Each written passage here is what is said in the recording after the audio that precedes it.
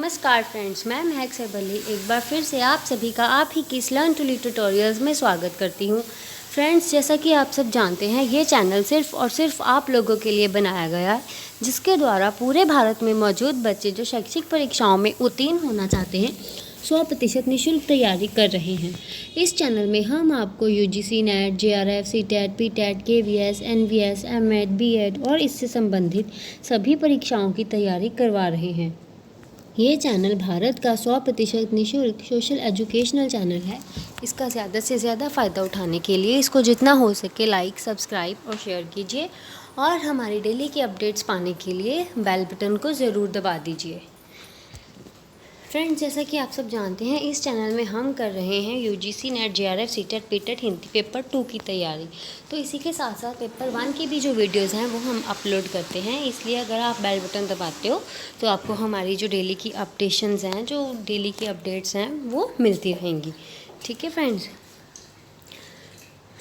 तो फ्रेंड्स, हम कर रहे हैं UGC NET, JRF, CTET, PTET Hindi paper 2 में आज रीतिकाल। ठीक है, हिंदी साहित्य का रीतिकाल जो है वो आज हम करेंगे। एंड हिंदी साहित्य के रीतिकाल के अंतर्गत जो आज हम करेंगे वो है उसका नामकरण, उनके प्रमुख कवि। ठीक है, तो अगर हम बात करें रीतिकाल की, तो रीतिकाल का नामकरण, उसका विभाजन और प्रवर्तक जो है वो आज हम करने वाले हैं। सामान्यतः 17वीं शती से मध्य से 19वीं शती के मध्य तक रीतिकाल की अवधि मानी जाती है। रीतिकाल के नामकरण, विभाजन और प्रवर्तकों को लेकर विद्वानों में काफ़ी मतभेद रहा है। यहाँ पर उन विवादों एवं मतों का संक्षेप में हम जिक्र कर रहे हैं। ठीक है फ्रेंड्स। तो फ्रेंड्स, हम कर रहे हैं रीतिकाल का नामकरण विभिन्न विद्वानों के अनुसार। ठीक है, जो इस प्रकार है। रीतिकाल का नामकरण विभिन्न विद्वानों के अनुसार जो इस प्रकार है। ठीक है, किस किस ने क्या क्या नाम इन रीतिकाल को दिए हैं। जैसे कि अगर हम नामों की बात करें तो इसको रीतिकाव्य नाम मिला है, अलंकृत काल नाम मिला है, रीतिकाल नाम मिला है, श्रृंगार काल नाम मिला है, कला काल नाम मिला है और अंधकार काल भी नाम इसको दिया गया है। और इनके जो नामकरण है वो किए गए हैं जॉर्ज ग्रियर्सन ने, मिश्र बंधु, रामचंद्र शुक्ल, विश्वनाथ प्रसाद मिश्र, डॉक्टर रामशंकर शुक्ल रसाल और त्रिलोचन। ठीक है, रीतिकाल नामकरण दिया है जॉर्ज ग्रियर्सन ने। अलंकृत काल जो नाम है रीतिकाल को दिया गया है मिश्र बंधुओं द्वारा। रीतिकाल नाम जो है वो रामचंद्र शुक्ल ने दिया है। श्रृंगार काल विश्वनाथ प्रसाद मिश्र ने दिया है। कला काल डॉक्टर रामशंकर शुक्ल रसाल ने दिया है और अंधकार काल जो है वो त्रिलोचन ने दिया है। ठीक है फ्रेंड्स,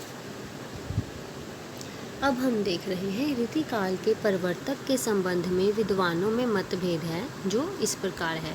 रीतिकाल के प्रवर्तक के संबंध में विद्वानों में मतभेद हैं जो निम्नलिखित हैं। अब वो किन आधारों पर मतभेद हैं? जो प्रवर्तक के संबंध में कहा है उन्होंने। ठीक है, कृपाराम प्रवर्तक है कृपाराम, रचनाकाल 1541 माना है और आधार ग्रंथ इन्होंने हितैषिणी को माना है। कारण क्या कहा है इन्होंने? कालक्रम की दृष्टि से उन्होंने इसको कहा है। दूसरी बात है, प्रवर्तक केशवदास हैं, 1555 से 1617 ईस्वी। रसिक प्रिया और कवि प्रिया जो है वो आधार ग्रंथ माने गए हैं। प्रस्तोता नागेंद्र हैं। कारण क्या बताया है उन्होंने? रचनाकार व्यक्तित्व की दृष्टि से। तीसरे जो आते हैं वो आते हैं प्रवर्तक चिंतामणि, रचनाकाल 1643 ईस्वी। रसविलास, श्रृंगार मंजरी आदि और प्रस्तोता है रामचंद्र शुक्ल। और कारण किसे माना है उन्होंने? अखंड परंपरा चलाने की दृष्टि से। ठीक है, तो ये हमने किए हैं रीतिकाल के प्रवर्तक के संबंध में विद्वानों में मतभेद है, जो हमने ये अभी किए हैं। नेक्स्ट हम देख रहे हैं रीतिकाल का विभाजन।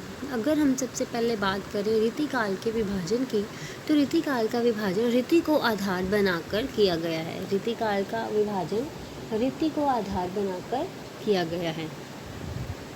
और 3 इन्होंने इसको विभाजित किया है 3 भागों में। कौन कौन से हैं? रीतिबद्ध, रीति सिद्ध, रीति मुक्त। रीतिबद्ध, रीति सिद्ध, रीति मुक्त। ठीक है। अगर हम बात करते हैं रीतिबद्ध की, तो रीतिबद्ध इस वर्ग में वे कवि आते हैं जो रीति के बंधन में बंधे हुए हैं। इस वर्ग में वे कवि आते हैं जो रीति के बंधन में बंधे हुए हैं, अर्थात जिन कवियों ने शास्त्रीय ढंग पर लक्षण उदाहरण प्रस्तुत कर अपने ग्रंथों की रचना की है। जिन कवियों ने शास्त्रीय ढंग पर लक्षण उदाहरण प्रस्तुत कर अपने ग्रंथों की रचना की है। ठीक है। लक्षण ग्रंथ लिखने वाले इन कवियों में, जो लक्षण ग्रंथ हैं लिखने वाले इन कवियों में प्रमुख हैं चिंतामणि, मतीराम, देव, जसवंत सिंह, कुलपति मिश्र, मंडन, सुरात मिश्र, मारतों में सोमनाथ, भिखारीदास, दूल्हा, पुनाथ, ऋषि गोविंद, प्रताप सिंह, दिल्ली के ग्वाल आदि। ठीक है फ्रेंड्स, यह है रीतिबद्ध। रीति सिद्ध की बात करें तो रीति सिद्ध में वे कवि आते हैं जिन्होंने रीति ग्रंथ नहीं लिखे, किंतु रीति की उन्हें भली भांति जानकारी थी। रीति सिद्ध जिन्होंने रीति ग्रंथ तो नहीं लिखे, लेकिन उन्हें रीति की भली भांति जानकारी थी। वे रीति में पारंगत थे। इन्होंने इस जानकारी का पूरा पूरा उपयोग अपने काव्य ग्रंथों में किया है। ठीक है। इस वर्ग के प्रतिनिधि कवि हैं बिहारी। इस वर्ग के प्रतिनिधि कवि हैं बिहारी। थर्ड है रीति मुक्त। इस वर्ग में वे कवि आते हैं जो रीति के बंधन से परिपूर्ण मुक्त हैं। इस वर्ग में वे कवि आते हैं जो रीति के बंधन से परिपूर्ण मुक्त हैं, अर्थात इन्होंने काव्यांग निरूपण करने वाले ग्रंथों, लक्षणों ग्रंथों की रचना नहीं की। अर्थात इन्होंने काव्यांग निरूपण करने वाले ग्रंथों, लक्षण ग्रंथों की रचना नहीं की तथा हृदय की स्वतंत्र वृत्तियों के आधार पर काव्य की रचना की। ठीक है। हृदय की स्वतंत्र वृत्तियों के आधार पर काव्य रचना की। इन कवियों में प्रमुख हैं घनानंद, बोधा, आलम और ठाकुर। रीति मुक्त कवियों में हैं घनानंद, बोधा, आलम और ठाकुर। अब विभिन्न आलोचकों द्वारा रीतिकाल के कवियों का वर्गीकरण। विभिन्न आलोचकों द्वारा रीतिकाल के कवियों का वर्गीकरण। रामचंद्र शुक्ल का विभाजन। रामचंद्र शुक्ल ने रीतिकाल को 2 भागों में विभाजित किया है। रामचंद्र शुक्ल ने रीतिकाल को 2 भागों में विभाजित किया है, रीति ग्रंथकार और अन्य कवि। रीति ग्रंथकार और अन्य कवि। रामचंद्र शुक्ल ने रीति ग्रंथकार कवि के अंतर्गत 57 कवियों को उल्लेख किया है। विश्वनाथ प्रसाद मिश्र का विभाजन। विश्वनाथ प्रसाद मिश्र द्वारा रीतिकाल कवियों का वर्गीकरण इस प्रकार है। पहला, विश्वनाथ प्रसाद ने कहा रीतिबद्ध कवि। रीतिबद्ध कवि के अंतर्गत केशवदास, सेनापति, जसवंत सिंह, मतीराम, देव, भिखारीदास, पद्माकर आते हैं। रीतिबद्ध में कौन कौन से आते हैं? केशवदास, सेनापति, जसवंत सिंह, मतीराम, देव, भिखारीदास और पद्माकर आते हैं। रीति सिद्ध में आते हैं विश्वनाथ ने जो कहे हैं वे कवि जिन्होंने रीति ग्रंथों की रचना ना करके काव्य सिद्धांतों या लक्षणों के अनुसार काव्य रचना की। जिन्होंने रीति ग्रंथों की रचना ना करके काव्य सिद्धांतों या लक्षणों के अनुसार काव्य रचना की, उन्हें विश्वनाथ प्रसाद मिश्र ने रीति सिद्ध कवियों के अंतर्गत रखा है।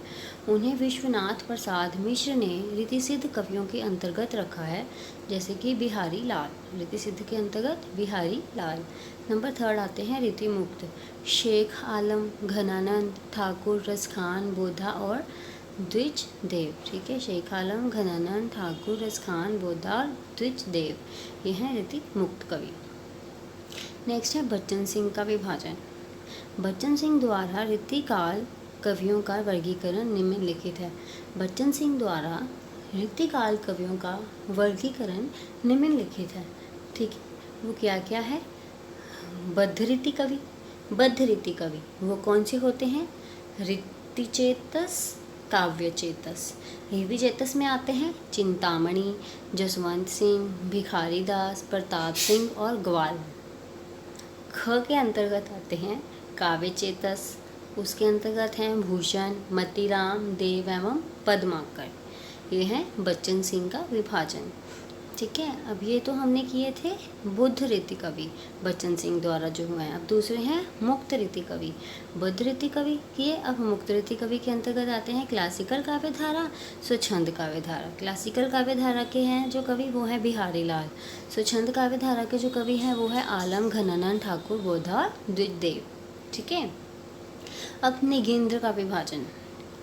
निगेंद्र द्वारा रीतिकाल कवियों का वर्गीकरण निम्नलिखित है। रीति कवि, ठीक है, निगेंद्र द्वारा रीतिकाल कवियों का वर्गीकरण निम्नलिखित है। रीति कवि, इसमें आ जाते हैं सर्वांग निरूपक कवि, जिसके अंतर्गत आते हैं चिंतामणि, कुलपति मिश्र, कुमारमणि, सोमनाथ, भिखारी दास, रसिक, गोविंद, देव, अमीरदास, ग्वाल कवि, प्रताप शाही। ठीक है, ये आते हैं सर्वांग निरूपक कवियों के अंतर्गत। नेक्स्ट है विशिष्टांग निरूपक कवि। वो था सर्वांग निरूपक, अब ये है विशिष्टांग निरूपक कवि। इसके अंतर्गत आते हैं अलंकार निरूपक कवि, स्वच्छंद रूपक कवि। अब अलंकार रूपक कवि में भूषण, मतीराम, जसवंत सिंह, गोप, रसिक, सुमित, रघुनाथ, बंदीजन, दूल्हा, रसरूप, पद्माकर, सेवादास, गिरधर दास। ठीक है, अलंकार रूपक में आते हैं कौन से? भूषण, मतीराम, जसवंत सिंह, गोप, रसिक, सुमित, रघुनाथ, बंदीजन, दूल्हा, रसरूप, पद्माकर, सेवादास और गिरधर दास। और छंदों निरूपक कवि में आते हैं भूषण, मतीराम, सुखदेव मिश्र, माखन, दशरथ और राम सहाय। कौन कौन से आते हैं छंदों निरूपक में? भूषण, मतीराम, सुखदेव मिश्र, माखन, दशरथ और राम सहाय। ठीक है फ्रेंड्स, रीति मुक्त कवियों के अंतर्गत आते हैं शेख, आलम, घनानंद, बोधा, ठाकुर, द्विजदेव। रीति मुक्त के अंतर्गत आते हैं शेख, आलम, घनानंद, बोधा, ठाकुर और द्विजदेव। और रीति सिद्ध कवियों में आते हैं सेनापति, बिहारी लाल, रसनिधि वृंद, नृशंभु, नेवाज, कृष्ण कवि, हठीजी, विक्रमादित्य, राम सहाय, पजनेश, बेनी वाजपेयी। विश्वनाथ प्रसाद मिश्र के अनुसार जो रीति सिद्ध कवि हैं वे निगेंद्र के अनुसार रीतिबद्ध कवि हैं। ठीक है, क्या हो गया? रीति सिद्ध कवि कौन से हैं? सेनापति, बिहारी लाल, रसनिधि वृंद, नृशंभु, निवास, कृष्ण कवि, हठीजी, विक्रमादित्य, राम सहाय, पजनेश, बेनी वाजपेयी। ठीक है, और विश्वनाथ प्रसाद मिश्र के अनुसार जो रीति सिद्ध कवि हैं वे निगेंद्र के अनुसार रीतिबद्ध कवि हैं। क्या मतलब कि जिन कवियों को रीति सिद्ध कवि विश्वनाथ प्रसाद ने कहा है, निगेंद्र ने उन्हीं कवियों को रीतिबद्ध कवि कहा है। ठीक है फ्रेंड्स, क्लियर हो गई है ना बात आपको? तो फ्रेंड्स ये आप इसका देखिए, पढ़िए, समझिए। Thank you for watching our video. Thank you so much. Please like, share and subscribe our video. Thank you so much friend.